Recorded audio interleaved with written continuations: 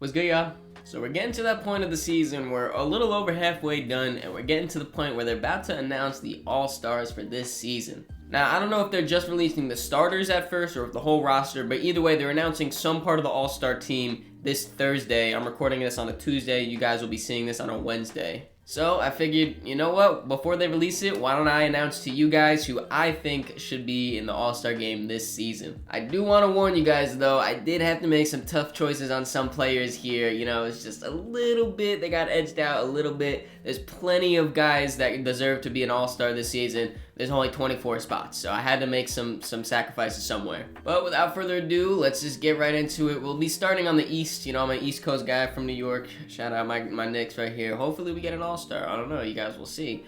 But we'll start off in the East with the Eastern starters. I do want to warn you guys, these aren't in any serious order. Obviously, I have the starters first, then the bench players, and then the wild card guys. The only order that they're going to show up in is I'm going to do the guards first, then the front court, then the bench guards, then the front court guards. You get what I'm saying? So don't pay attention to the order, really. The first All-Star starting guard in the East. He's new to the East this season, just came over from the West. His team traded for him, and it is going to be Donovan Spider Mitchell. When you look at Donovan Mitchell's stats this season, he is having a career year scoring the ball. Career high points per game at 28. His field goal percentage and threes are up. He's still shooting a high volume threes as well, shooting almost 40%, which is insane. He's top 10 scoring in the league this year, top 5 in the East. Obviously, he had that 71-point game, which is the most points scored in a game since Kobe's 81. And he's leading the Cavs to a top 5 seed this season. You know, they were really good last season. If they didn't get injuries, they probably would have made the playoffs, but they definitely wouldn't have been a top 5, and Donovan Mitchell is a huge part of why they are a top 5 seed in the East. The second starting guard for the East is a fantastic player. He's not as good of a scorer, or as elite as a scorer, I guess I should say, as he once was, but his playmaking ability is better than ever. He really knows how to run an offense, and that man is James the Beard Harden. James Harden, of course, is the second option on the 76ers behind Joel Embiid, which is understandable. You know, we'll get to Joel's stats later on. But James Harden is averaging a career high, or tied for a career high, in assists per game at 11.2, which is also the most in the league. He's not technically considered the assist leader because I don't think he's played enough games, but he'll hopefully stay healthy for the rest of the season after getting some injuries early on, and he maybe will take that over Tyrese Halliburton. Like I said though, tying a career high in assists per game while also having his lowest turnovers since he was in OKC as a sixth man. He's having an elite playmaking season this year, and I cannot stress that enough. He's been a huge help for the 76ers. So those are our starting guards in the East. Let me know what you agree. Let me know who you would have swapped out. But now it's time to get to the starting front court guys. And this first guy, his team has been on a tear this season. There was a lot of speculation coming into the season, but they shut that all down. Jason Tatum having a career year. He's an all-star starter.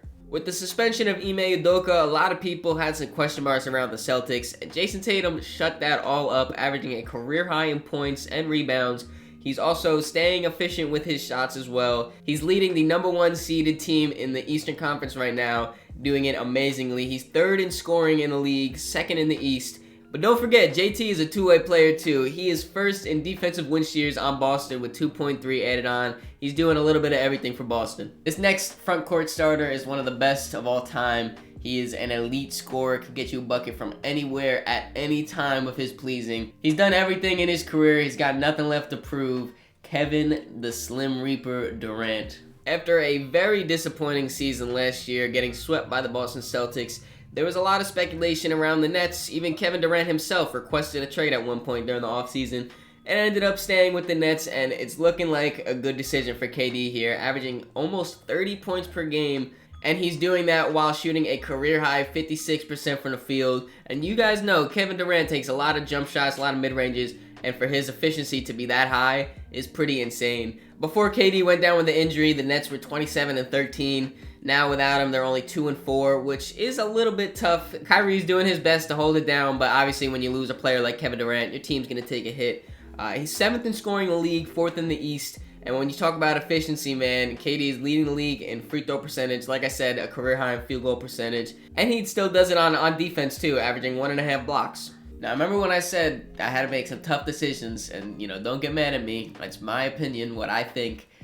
this one coming up is a tough decision, man. In your guys' mind, I'm sure you're thinking of 2 players that can handle this one last starting front court spot. If I could start all 4 of them, I would have, for sure. But this last starter, man, he's a two-way player, plays defense, plays offense, incredible. He's leading his team to one of the best records in the East. It is Giannis, the Greek Freak, Antetokounmpo. Now, with how dominant Giannis has been throughout his career, he has not averaged more points than he is right now this season, averaging 31 points per game, which is 4th in the league, 3rd in the East. He's also averaging a career high in offensive rebounds. 12 rebounds as a whole is insane for him. 5 assists on top of that, shooting it very, very efficiently. Obviously, his threes aren't really there, but you don't look for Giannis to shoot threes. You look on him to dunk on everyone else. In my opinion, Giannis is one of the best help defenders of all time, and he is really a big part of why the Bucks have a top 3 defense right now, and a top 3 seed for that reason. Brook Lopez is doing his thing, but this team would be nothing without Giannis. He's missing his second best man in Chris Middleton for majority of this season, and he's still getting it done. I hate to do it to Joel, man. I feel like he's just been getting snubbed every single season for the past, 3 seasons. Second in MVP, I think, 3 times, was it, in a row?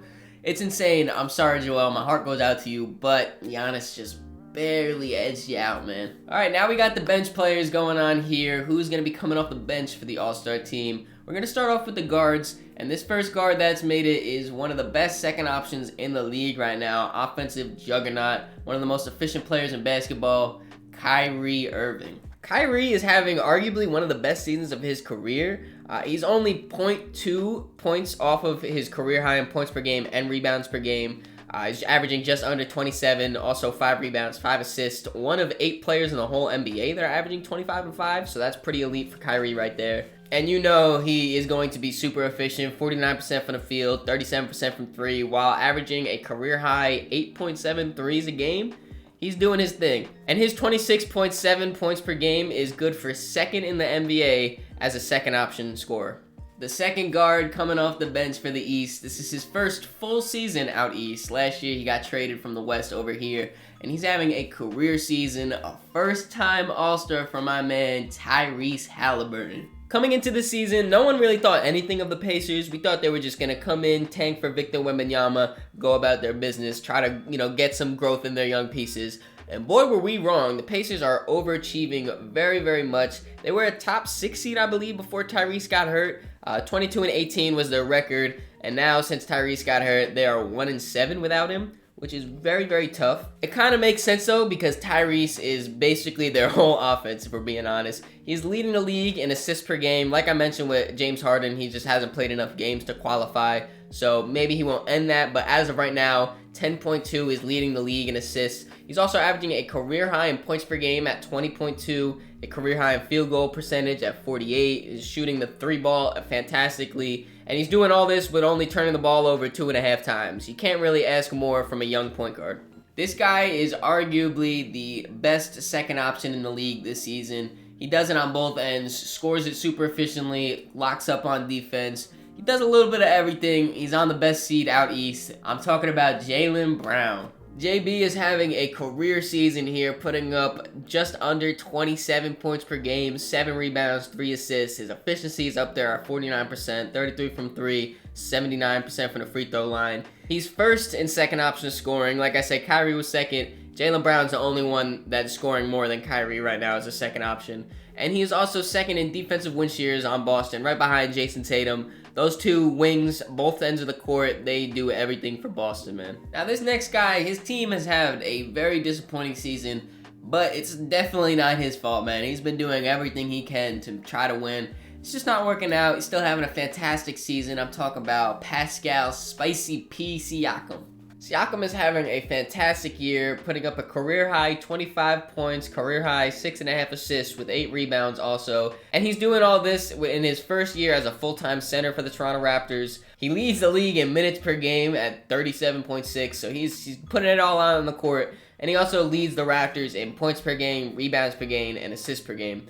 Like I said, he's doing everything for the Raptors. They're having a disappointing season, and it's definitely not because of Pascal. Now, the guy you've been waiting for since probably I started this video, waiting for me to announce him.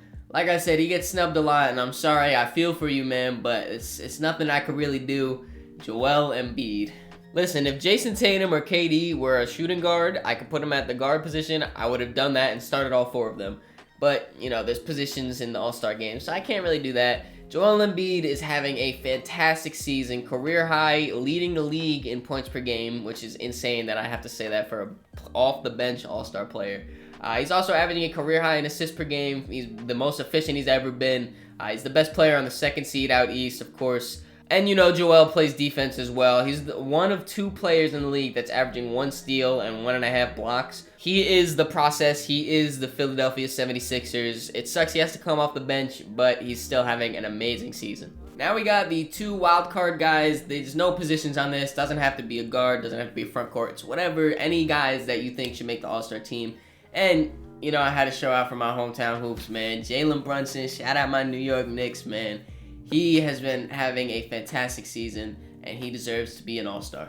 Being a Knicks fan, I've watched almost every single Knicks game, and I can't stress you enough how much Jalen Brunson does for this team, man. Averaging a career high in points per game and assists per game. Shooting the ball efficient, very efficient, including that 3-point ball. There are countless games that I'm watching that Jalen Brunson is the only reason we're in the game, really. He just runs our offense to perfection most of the time, man. Just slows it down when it needs to. Can just run plays for everyone, get everyone involved, and he does his thing on the defense. He's 2nd in total charges drawn in the league at 17, and he leads the Knicks in assists, steals, and 3-point percentage. Pretty much everything you need out of a point guard. And the last All-Star out east, the last wild card spot, it was tough. It was between him and his teammate, to be honest with you. But this man, he's taken the jump offensively, still elite on the defensive side. Give me Bam Adebayo. Bam has just looked a whole lot more aggressive on offense, really looking for his shots, and I'm loving it, man. Averaging a career-high 21.4 points per game. He's doing that along with 10 rebounds and 3 assists. He's only one of 4 players in the league to average 20 points and 10 rebounds. And of course, Bam is really known for his defense. He's anchoring Miami's top 6 defense. He leads them in defensive win shares at 2.4, averaging just under a block and a steal per game as well. He's doing a little bit of everything for Miami this season, and they definitely need it. That is my personal Eastern Conference All-Star ballot. Took a lot of work to really pick and prod at who really should deserve it, because like I said, there's plenty of guys. I do want to go over some honorable mentions / injury replacement guys. God forbid there are injuries to an All-Star. You never want to see that, but it does happen, unfortunately. Like I said, there's plenty of guys that could have made the All-Star, so the guys that were just barely missed it on my short list are Darius Garland, Julius Randle, Jimmy Butler, DeMar DeRozan, Trae Young, and Kristaps Porzingis. Those guys have been having incredible seasons, all of them. They all deserve to be an All-Star, but like I said, only 12 rosters. It's not much I can do. All right, now we're on to the Western Conference here. Like I said, it's going to be the same format. Don't really pay attention too much to the order. It's just going to be the starting guards, starting front court, bench guards, bench court. And yeah, we're just going to roll with it. Starting off with our number 1 guy. This man has been dominating the league for 10 plus years at this point. He is the best shooter of all time, Stephen Curry. The Warriors had a little bit of a disappointing start to their season, but they are turning it around, and it is a lot because of Stephen Curry. He's averaging 29.2 points per game. That's 8th in the league, 3rd out west, a career high 6 rebounds, 6 assists, and he's super efficient with it, 49% from the field, of course, 42% from 3. And he's staying that efficient while leading the league in 3 points attempted and also 3 points made.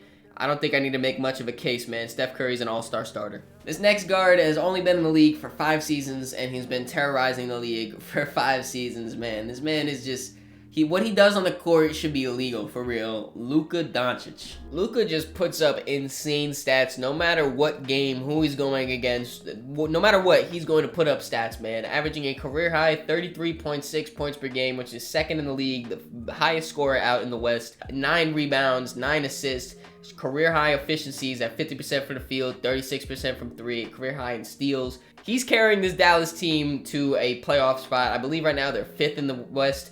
He's leading them in points per game, rebounds per game, assists per game, steals per game. I haven't seen something like that since Bron was back on the Cavs, man. I do gotta say also, Luka has probably put up the most insane box scores this season, man, including the first ever 60-20-10 game. And as I mentioned before, I'm a Knicks fan, so I had the beautiful pleasure of watching that game from start to finish and watching my team choke it away. Yeah, Luka, like I said, he's been terrorizing the league. Our first front court guy is, like Luka, been terrorizing the league, but for a whole lot longer. Damn near 20 years, actually. Actually, I think it is 20 years to be exact. LeBron James, of course. LeBron James is 38 years old and is trying his hardest to carry this Lakers team, man, without Anthony Davis. He's averaging 29.8 points per game, which is 6th in the league, 3rd out west. 8.5 rebounds, 7 assists, and the efficiency is there. Field goal percentage, 51%. The three is not really there. And before the All-Star game, he will become the all-time leading scorer. Some real GOAT shit going on right here for Bron. And he's a lock to make an All-Star till he retires, let's be honest. This next front court guy has been dealing with injuries pretty much his whole career, basically.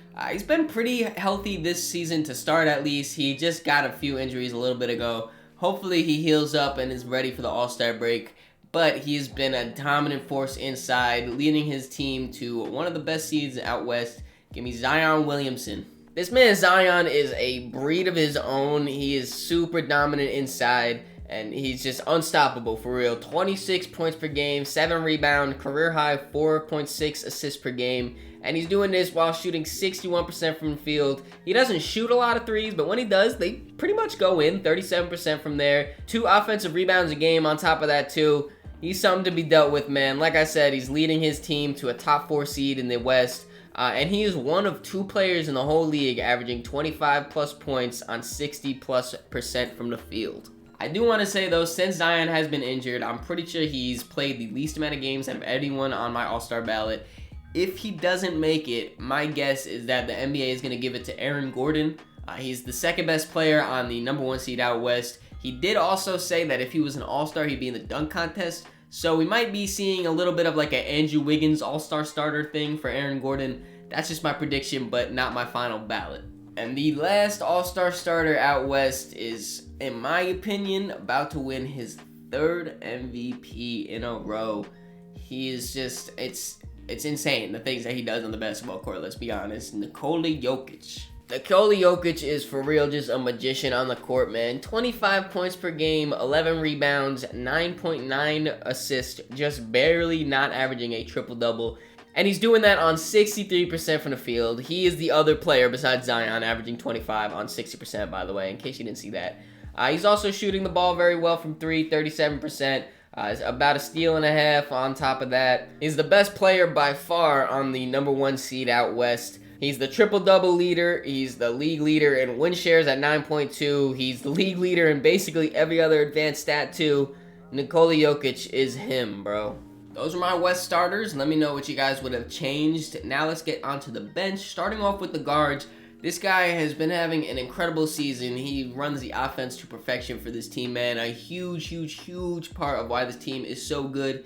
Give me Demetrius Morant. The Grizzlies are the 2nd seed right behind the Nuggets, and Ja is a huge part of that, like I said. 27 points per game, 5.5 rebounds, a career high 7.9 assists per game too. He's 11th in scoring and 5th in scoring out west. Leads Memphis in points per game and assists per game. So he's really just running the whole offense for them. Shooting it very efficiently too. Ja is doing his thing this year. The second guard off the bench is a first-time All-Star. He is a young player that's really just having a career breakout season, really showing people who he really is as a player, and I'm loving it. Been a huge fan of this guy since his rookie season. Shai Gilgeous-Alexander. Shai is having a career season scoring the ball, and he's doing this heavily without really shooting threes, which is very impressive.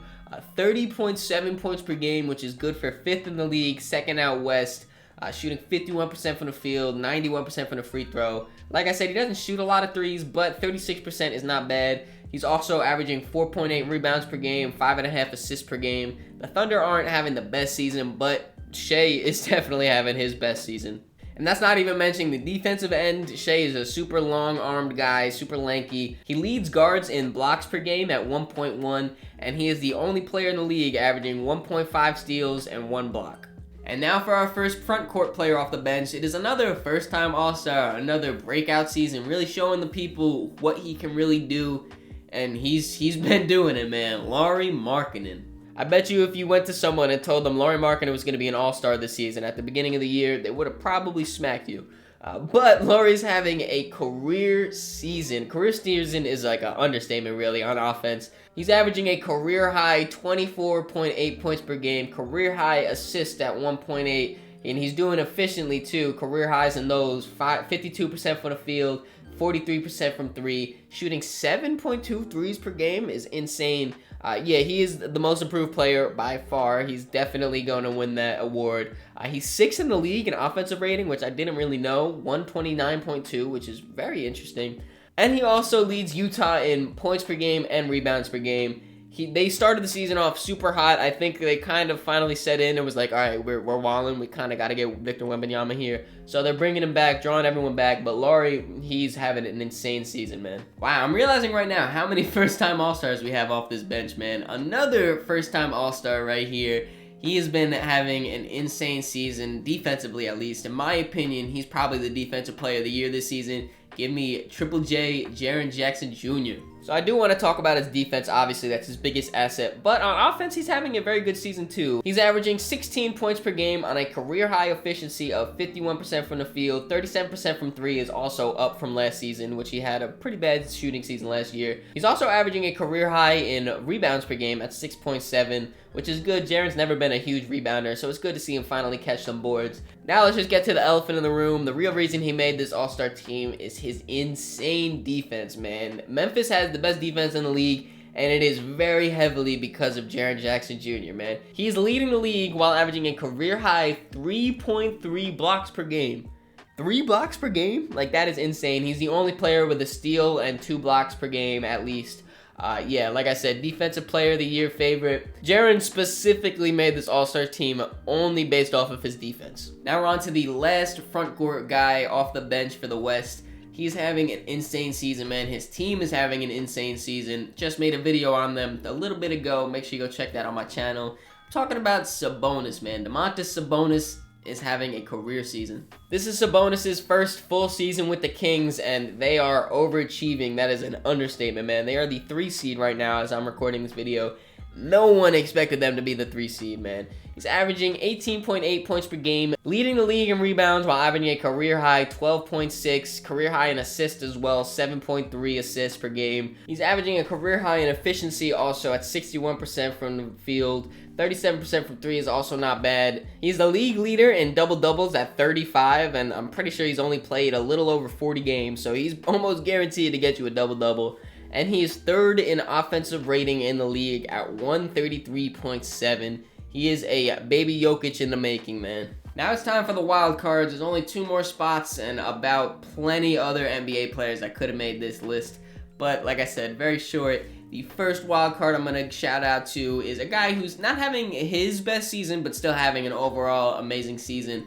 Really keeping his team afloat in the playoff hunt. I'm talking about Paul George. Although Paul George has been injured throughout the season, so has pretty much every single other player on the Clippers, and they're somehow still a top 6 seed in the league, and that's because of Paul George for sure, man. Averaging 23 points per game, 6 rebounds, 5 assists. His efficiency is pretty good up there too, 46% from the field, 39% from 3. He leads the Clippers in points per game, assists per game, and steals per game. So he's doing a lot on the court there. He's 2nd in win shares on the team and also 2nd in defensive win shares. He's doing everything he can for that team, and it's working. And the last player to make my All-Star ballot for the 2022-2023 season is Damian Lillard. The Blazers are having a little bit of a disappointing season, but Dame is definitely not having a disappointing season. Dame is averaging 29 points per game on the season, 4 rebounds, 7.3 assists, and the efficiency is there too, 45% from the field, 36% from 3.